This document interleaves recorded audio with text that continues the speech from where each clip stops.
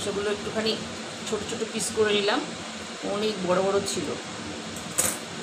এইবার ঠিক হয়েছে, ছোট ছোট পিস করে নিয়েছি। এবার এটাকে ভালো করে একটু ভিনিগার দিয়ে ধুয়ে নেব, লেবু দিয়ে একটু ভিনিগার দিয়ে ধুয়ে নেব, ধুয়ে এটাকে কষতে দেব।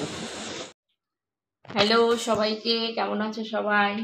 আমার তো কদিন ধরেই খুব নিরামিষ যাচ্ছে, মঙ্গলচণ্ডী উপোস, এই উপোস যাচ্ছে। তাই জন্য আমার বাড়িতে কদিন 8-9 দিন ধরে আমরা কেউ মাছ মাংস ডিম কিছুই রান্না করিনি। তাই আজকে তো খুব গরম, তাহলেও একটুখানি মাটন রান্না করছি। এই দেখো, মাটনগুলোকে আমি বেশ করে ধুয়ে নিয়েছি। ধুয়ে নিয়ে এবার আমি এগুলোকে রান্না করব হালকা করে। তার জন্য আমি একটু আলু কেটে নিয়েছি, 2টো আলু, আর একটু পেঁয়াজ কুচি, টমেটো কুচি, আর এই 2টো রসুন দেবো, গোটা রসুন, আর একটু রসুন আর কাঁচা লঙ্কা, এই 2টো বাটবো। বেটে এই দিয়ে আজকে আমি মাটনটা রান্না করব। হালকা করেই করব, যেহেতু খুব গরম। এই সাদা ভাতের সাথে শুধু খাবো, আর কিছুই করব না, কারণ প্রচণ্ড গরম। গরমে এই শুকনো লঙ্কা নিলাম, আর একটুখানি পেঁয়াজ কুচি, টমেটো কুচি, আদা কুচি, এই রসুন 2টো, সবগুলো নিয়ে নিলাম। করে ধুয়ে নিয়েছি আমি, এই দেখো বেশ পরিষ্কার করে লেবু দিয়ে নুন দিয়ে ভালো করে ধুয়ে নিয়েছি। এবার আমি মাটনগুলো সব কড়াইতে দিয়ে দিচ্ছি।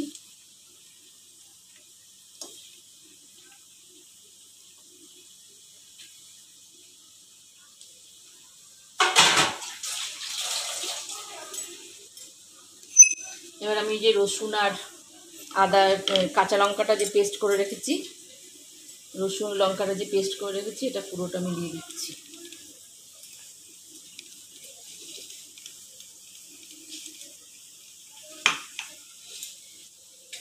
এবার আমি অনেকটা দই দিয়ে দেবো।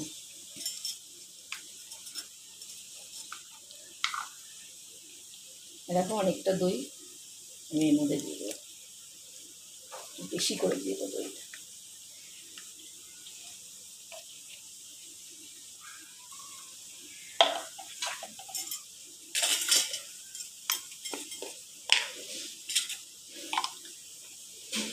এবার এই যে 1 চামচ আদা পেস্ট, 1.5 চামচ দেবো আদার পেস্ট,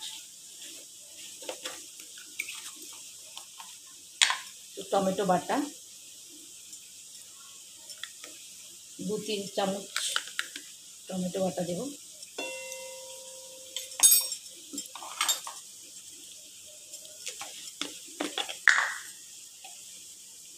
আর 1 চামচ পেঁয়াজ বাটা।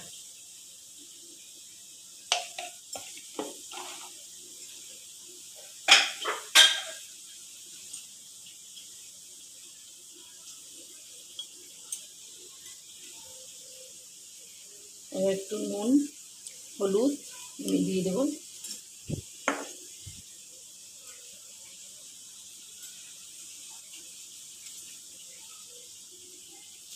পরিমাণ মতো নুন দিলাম।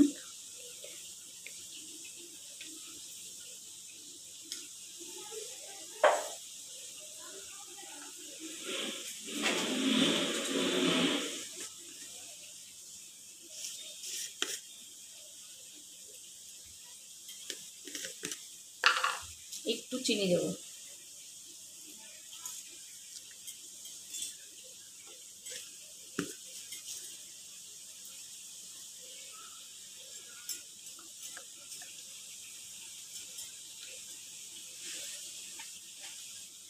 এবার আমি এতে একটু সর্ষের তেল দিয়ে দিচ্ছি।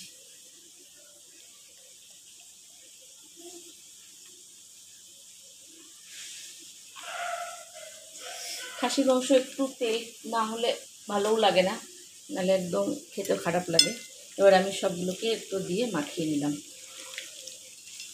মাখিয়ে আমি 5-7 মিনিট রেখে দেবো, মশলাটা যেন মাংসের ভেতরে সব ঢুকে যায়।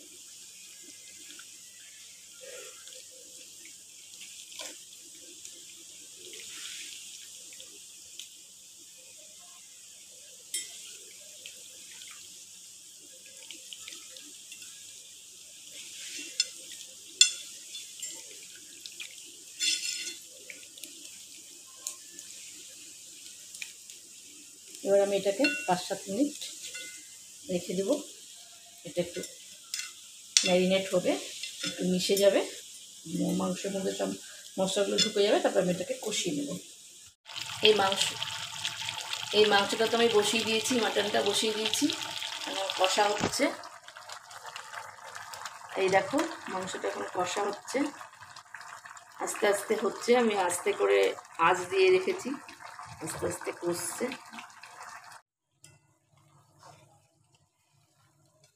এই দেখো মাটনটা তো কষা হয়ে গেছে, এই যে তেল বেরিয়ে গেছে মাটন থেকে। এবার আমি এর মধ্যে একটু টমেটো সস দিয়ে দেবো।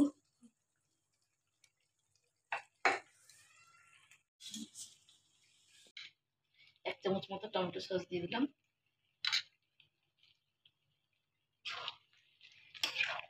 মাংসটা এবার হওয়ার মুখে, আর একটু হলেই নামিয়ে আমি গরম মশলা দিয়ে দিলাম।